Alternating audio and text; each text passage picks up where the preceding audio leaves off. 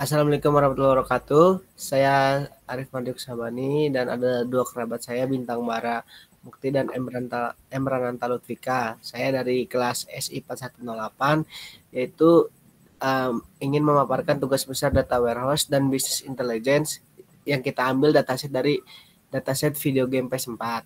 Oke, kita mulai dari awal.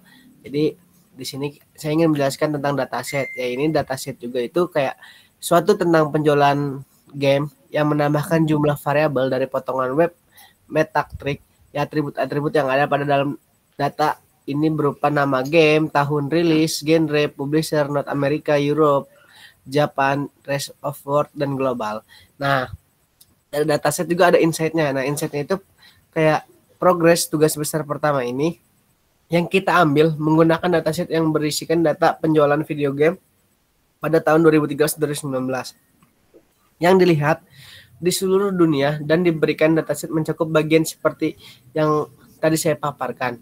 Nah, insight yang ini itu diambil pada dataset ini yaitu untuk mengetahui pada tahun berapa jumlah penjual video game berdasarkan publisher dan genre. Jadi kita mengambil dari publisher dan genre-nya. Oke, bisa dilanjut dengan desain Starscam. Nanti turunin. Oke. Yang kita ambil dari sini tuh dari kita buat desain Starscam-nya itu yang awalnya itu ada store dimensional. Nah, itu ada PK-nya store number. Nah, di sini juga masih ada yang PK-nya ini dan selanjutnya itu atribut-atribut yang mengikutinya. Ada juga location dimensional. Nah, PK-nya itu zip underscore code. Nah, ini ada vendor dimensional, yaitu ada vendor underscore number itu PK-nya. Nah, di sini juga ada time dimensional, itu PK-nya order underscore ID. Nah, di sini juga ada item dimensional, itu item underscore number, ini PK-nya. Dan di sini, dari Factim ini, bisa mengarahkan dari semua PK-PK-nya. Oke, lanjut tak bawahnya.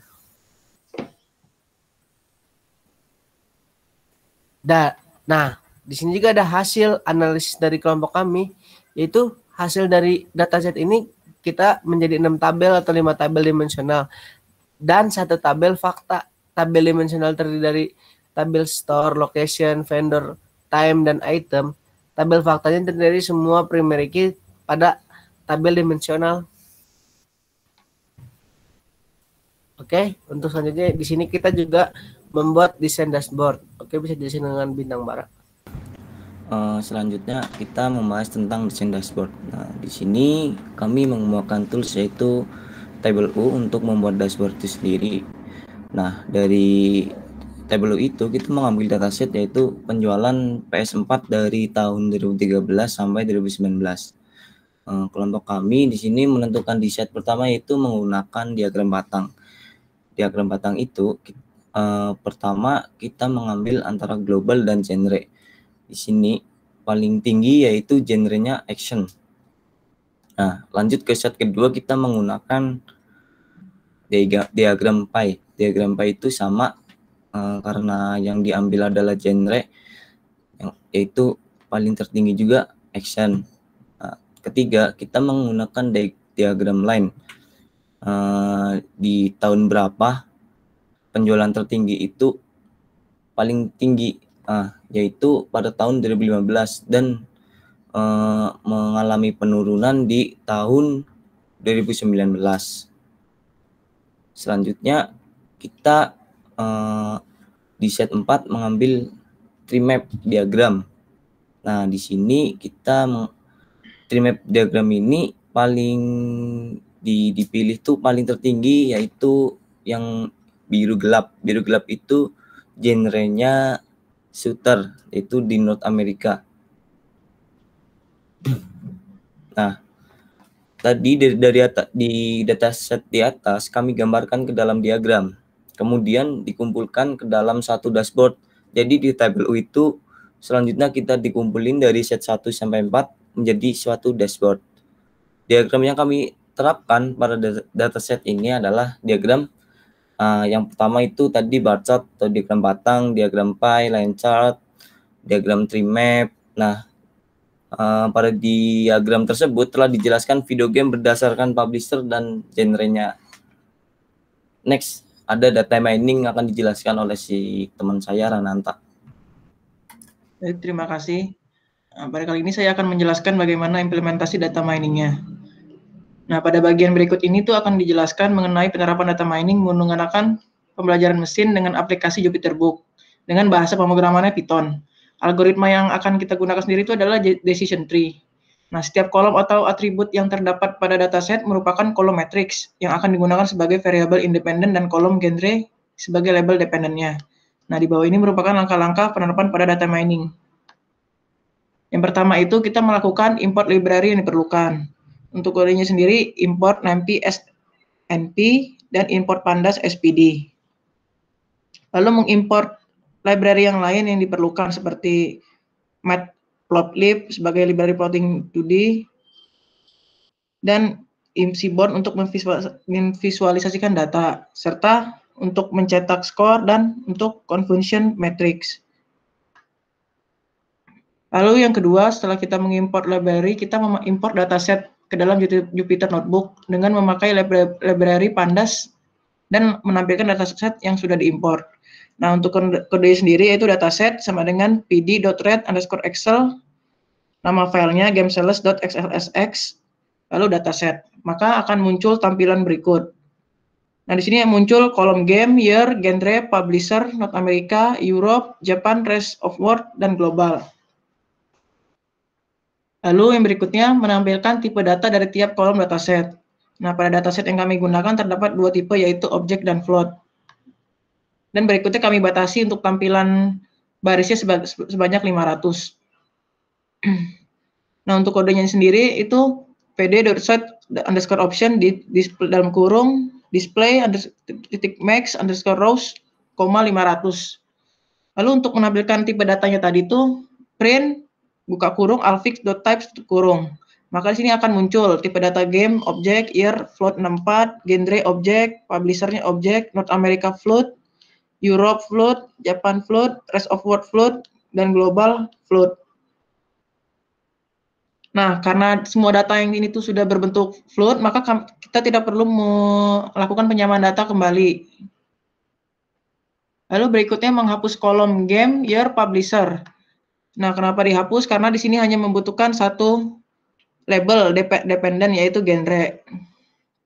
Nah, untuk menghapus kolomnya itu menggunakan dataset.drop game, axis sama dengan 1, inplace sama dengan true tutup kurung. Sama juga dengan kolom yang lain. Maka di sini hasilnya muncul untuk kolom yang bagian paling kiri bersisa satu label genre. Lalu berikutnya kolom genre yang tadinya berada di sebelah kiri, maka kita akan geser ke bagian paling kanan. Nah, kodenya itu kolom fix sama dengan buka kurung kurawal North America, Europe, Japan, rest of world, global, genre tutup kurung kurawal, alfix sama dengan alfix, buka kurung kurawal, kolom fix, alfix. Maka hasilnya kolom genre berubah ke bagian paling kanan. Lalu berikutnya menampilkan heatmap yang berfungsi untuk memeriksa signifikansi antar variabel atau bisa disebut korelasi. Nah, untuk menampilkan heatmap sendiri itu kodenya CORR sama dengan alfix buka kurung kurawal kolom fix tutup kurung .core buka kurung tutup kurung plt.subplots buka kurung fix size sama dengan buka kurung 10,10 tutup kurung. Lalu SNS heatmap buka kurung core, not sama dengan true, cmap sama dengan curvams, not_kws sama dengan buka kurung kurawal font size 2 10, plt.show tutup kurung buka kurung.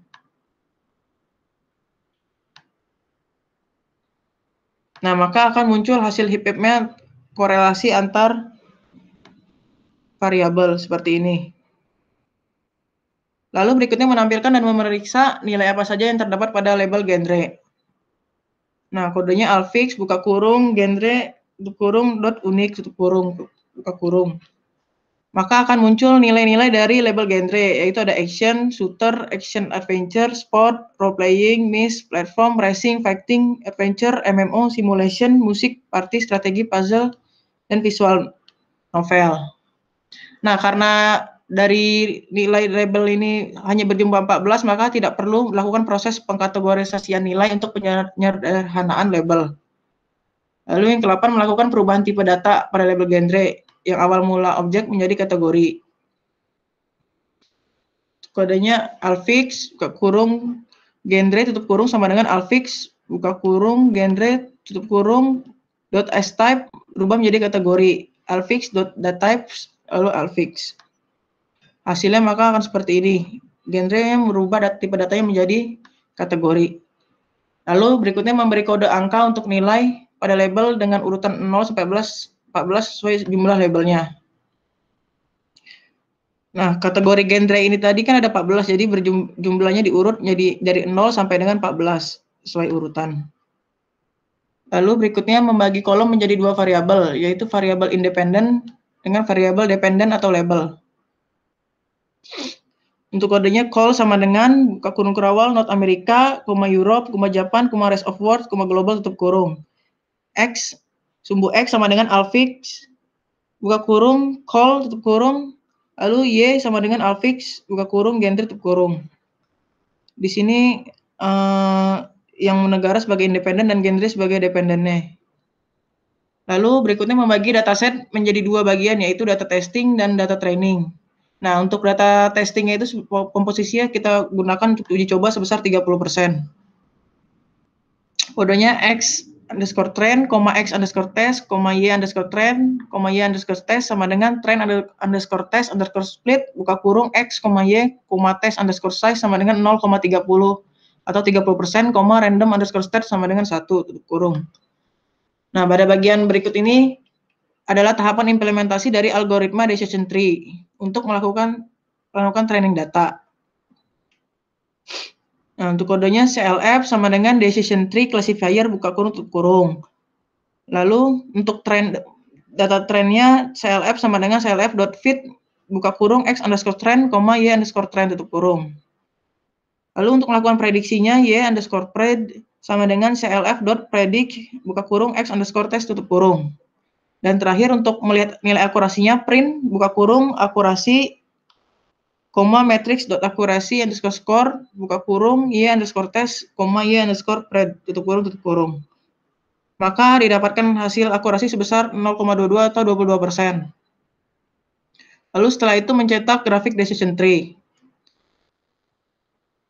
Nah, setelah itu menampilkan confusion metric. Maka untuk kodenya print buka kurung matrix.confusion underscore matrix buka kurung Y underscore test, Y underscore pred tutup kurung. Maka untuk hasil matrix dari confusion metricnya seperti ini. Lalu berikutnya mencetak classification matrix. Nah, dari sini tuh didapatkan untuk akurasi macro average-nya, untuk precision-nya 0,14, untuk recall-nya 0,15, lalu untuk F1 score-nya 0,13 dan support-nya 311. Sedangkan untuk akurasi F1 score-nya 0,23 dan support-nya 311. Dan di sini juga terdapat precision dari masing-masing genre. Lalu terakhir melakukan uji coba prediksi data baru. Nah, di sini saya mencoba melakukan prediksi untuk genre apa yang akan keluar sesuai dengan kriteria nilainya. Untuk kodenya itu X underscore in sama dengan np.array buka kurung kurawal 6, 8, 0, 60, 2, 13. Ini masing-masing nilai dari setiap negaranya, tutup kurung. Lalu untuk prediksinya Y underscore pred sama dengan CLF.predict buka kurung X underscore in tutup kurung Y underscore pred. Nah, maka dengan nilai ini array buka kurung action tutup data type sama dengan objek, maka di sini hasil prediksinya yaitu action genrenya. Nah, berdasarkan percobaan terhadap implementasi data mining yang sudah kelompok kami lakukan, penerapan algoritma decision tree yang dapat memprediksi jenis genre video game berdasarkan wilayah penjualan. Penjualannya yaitu North America, Japan, global, Europe, dan rest of world. Didapatkan hasil akhir yaitu tingkat akurasi sebesar 22%. Mungkin sekian dulu penjelasan dari saya. Oke, terima kasih Renanta. Mungkin dari kelompok kami sekian, apabila ada salahnya mohon dimaafkan. namanya manusia pasti ada salahnya. Sekian dari saya. Wassalamualaikum warahmatullahi wabarakatuh. Waalaikumsalam warahmatullahi wabarakatuh. Warahmatullahi wabarakatuh.